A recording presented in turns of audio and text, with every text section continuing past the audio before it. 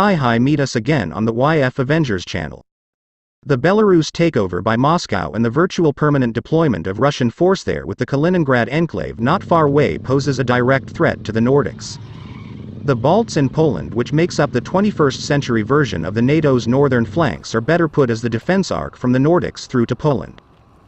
In a recent article posted on the website Eye on the Arctic, Thomas Nilsson underscored what the Russians are about in the northern waters. The Russians have issued a notice to Airmen or NOTAM with regard to an area of high risk to civilians.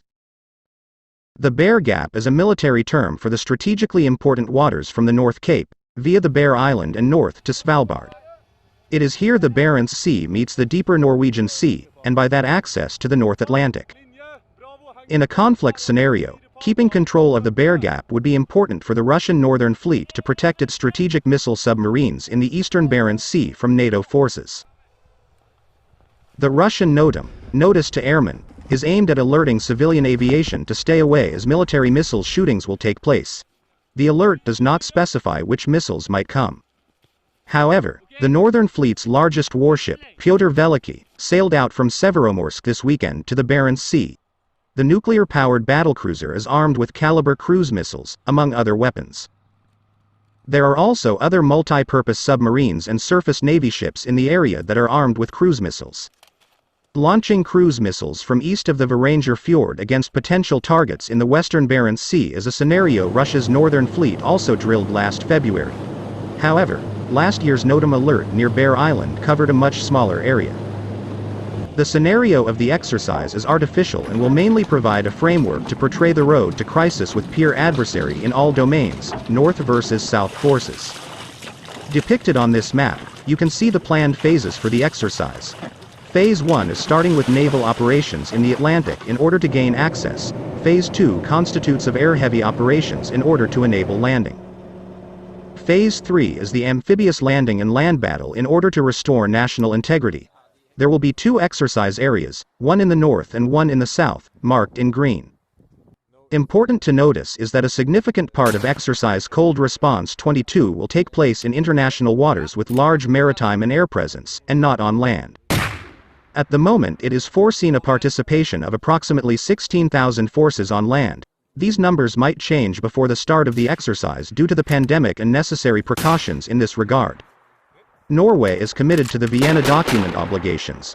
We are strong supporters of confidence and security building measures.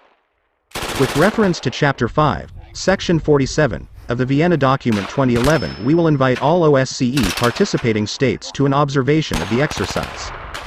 The observation will take place from 23 till the 30th of March 2022. Should the number of forces drop below observation threshold, Norway will conduct the observation on a voluntary basis. The observation will cover both the northern and southern exercise area. All brigades and most of their subunits will be visited. Invitation will be sent out in early February. It is important for Norway to inform early and comprehensively about large military exercises to avoid potential for military tensions and misperceptions. Larger changes to this exercise will be notified accordingly the coming weeks.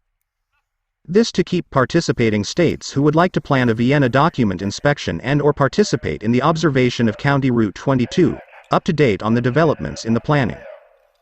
We appreciate the Vienna document's provisions regarding early notifications and observations as one of the Vienna document's many measures to foster transparency, trust, and confidence. Press and public will also receive information on the exercise. This will be done through the local authorities on site, but also through official web pages, press releases and other media outreaches. Preparation for the long-time planned exercise is already well underway and is not directly linked to the current standoff between NATO and Moscow over Russia's massive military buildup of troops at Ukraine's border. However, a conflict in Eastern Europe could spill over to the Arctic as the Kola Peninsula is home to some of Russia's most powerful weapon systems, including hypersonic cruise missiles and the naval component of the strategic nuclear triad. On December 24, President Vladimir Putin said his military forces successfully fired a simultaneous salvo of the Zircon hypersonic missile. The weapon is now ready for deployment with the Northern Fleet on both frigates and the fourth-generation multi-purpose submarines of the Yasen class.